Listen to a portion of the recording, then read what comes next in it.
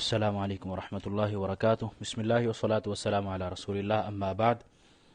ریاض الصالحین کے باب فی المبادرات الی الخیرات، نیکیوں میں جلدی کرنے کے باب، اس سے آج ہماری حدیث نمبر 91 ہے، حدیث 91۔ عن انس رضی اللہ عنہ ان رسول اللہ صلی اللہ علیہ وسلم، سیدنا انس رضی اللہ تعالیٰ عنہ روایت کرتے ہیں کہ رسول اللہ صلی اللہ علیہ وسلم نے اخذ سیفا یوم احد، اپنے ہاتھ میں تلوار لی احد کے دن، یعنی غزوہ احد کے دن، فقال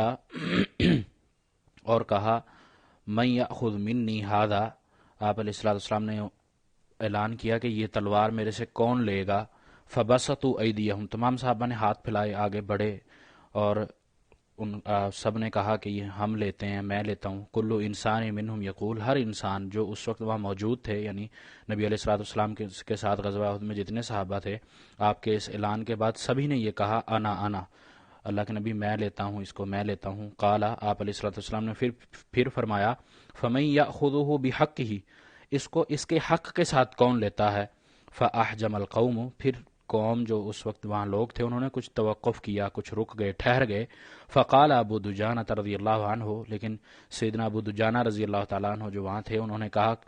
فوری طور پہ انہوں نے کہا، انا، میں اس کو لیتا ہوں، آخذہ بحقہ، اس کے مکمل حق کے ساتھ۔ فاخذہ، تو آپ یعنی سیدنا ابو دجانہ رضی اللہ عنہ نے وہ تلوار لی، ففلق بہ حام المشرکین، تو اس تلوار سے پھر مشرکین کے سروں کو پھاڑا۔ ففلق کا معنی پھوڑ دینا یا توڑ دینا، یہ معنی میں آتا ہے۔ حام ان کے کیا اس کو سر، مطلب کھوپڑیوں کو، تو اس کو کہتے ہیں کہ کھوپڑیوں کو پھاڑ دیا اس تلوار سے۔ رواہ مسلم، یہ صحیح مسلم کی روایت ہے، صحیح مسلم میں یہ حدیث ہے۔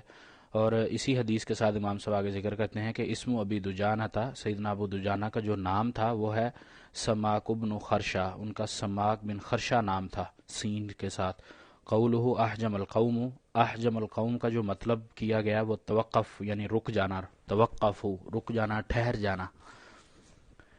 رسول اللہ صلی اللہ علیہ وسلم کی اس حدیث، ایک تو اس میں یہ چیز ہے کہ اللہ کے نبی علیہ الصلوۃ والسلام جب جنگ میں یا غزوہ میں ساتھ ہوتے تھے تو اپنے صحابہ کو تشجیع دلایا کرتے تھے، اس کے فضائل بیان کیا کرتے تھے تاکہ ان کی نیت خالص رہے۔ اور یہ اس میں کوئی دو رائے نہیں ہے کہ جہاد کے میدان میں یا جنگ کے میدان میں بندہ وہی جاتا ہے جس کا ایمان بلند ہو، اور پھر اپنی جان کو ہتھیلی پر رکھ کر اس کی نیت پر ہم شک نہیں کر سکتے۔ تو اس لیے وہ بندہ اس جگہ پر اس وقت ہی پہنچتا ہے جب اس کا ایمان بلند ہو، اس کی نیت خالص ہو۔ پھر بھی اس کے بعد بھی اللہ کے نبی علیہ الصلوۃ والسلام ان کے حوصلے بلند کرنے کے لیے، ان کو تشجیع دلانے کے لیے اس طرح کیا کرتے تھے۔ پھر صحابہ کرام رضی اللہ تعالیٰ عنہم کا یہ تو مقصد تھا ہی نہیں نا کہ دنیا کا کوئی عیش عشرت یا دنیا کے کوئی نعمت اور کوئی اس طرح کی چیزوں میں پڑنا، ان کا تو مقصد ہی جنت کا حصول تھا، اور اپنے ہر چیز کے بدلے وہ جنت کو خریدنا چاہتے تھے۔ تو اس میں بھی جب آپ علیہ الصلوۃ والسلام نے نیکی کی دعوت دی، اس تلوار کو لینے کا اعلان کیا، تو سبھی نے آگے بڑھنے کی کوشش کی، سبھی نے اعلان کیا کہ اللہ کے نبی ہم لیتے ہیں۔ لیکن جب اللہ کے نبی علیہ الصلوۃ والسلام نے ظاہر تلوار جب دی ہے تو اس کا مقصد یہی ہے کہ جس سے جو قتال کرے گا، جو جہاد کرے گا۔ لیکن جب حق ادا کرنے کا مطلب یہ کہ کوئی کسی قسم کی کوتاہی نہ ہو، غلطی نہ ہو، سستی نہ ہو، خاص طور پہ اس میں یہ مراد ہے کہ سستی نہ ہو، تو اس لیے تھوڑا سا انہوں نے رکا کہ کہیں ہم یہ تلوار اللہ کے نبی سے اس وعدے سے لے لیں کہ ہم اس کا حق ادا کریں گے، اور حق ادا کرنے میں کہیں ہم سے سستی نہ ہو جائے۔ اس وجہ سے انہوں نے تھوڑا سا توقف کیا، لیکن سیدنا ابو دجانہ سب پر بازی لے گئے، اور وہ اس نیکی میں سب پر بازی لینے کے بعد اپنا پلڑا بھاری کر گئے، اور اللہ کے نبی علیہ الصلوۃ والسلام سے وہ تلوار لے لی۔ اور پھر اس تلوار کے ساتھ سیدنا ابو دجانہ سماک جن کا نام تھا، انہوں نے غزوہ احد میں حق ادا کیا، اور اس کے ساتھ انہوں نے قتال کیا، جہاد کیا، اور مشرکین کی کھوپڑیوں کو پھاڑا۔ اس حدیث سے جو ہمیں باب کی نسبت سے سمجھ آتی ہے،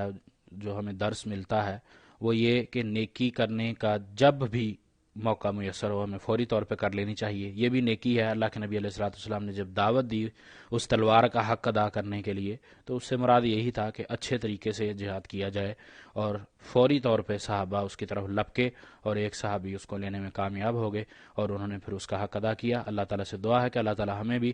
فوری طور پر اور جلد از جلد نیکی کے کاموں میں حصہ لینے کی اور نیکی کو بجا آور لانے کی توفیق دے، اور وہ نیکی خالصتاً جس کی تعلیم رسول اللہ صلی اللہ علیہ وسلم نے دی ہو اور اللہ تعالیٰ نے اس کے اوپر احکامات نازل کیے ہوں، ہمیں اس نیکی کے کرنے کی توفیق عطا فرمائے اور ہمیں اس کا دنیا اور آخرت میں دونوں جگہوں پر نعم البدل بھی دے۔ وما توفیقی الا باللہ علیہ توکلت و الیہ انیب۔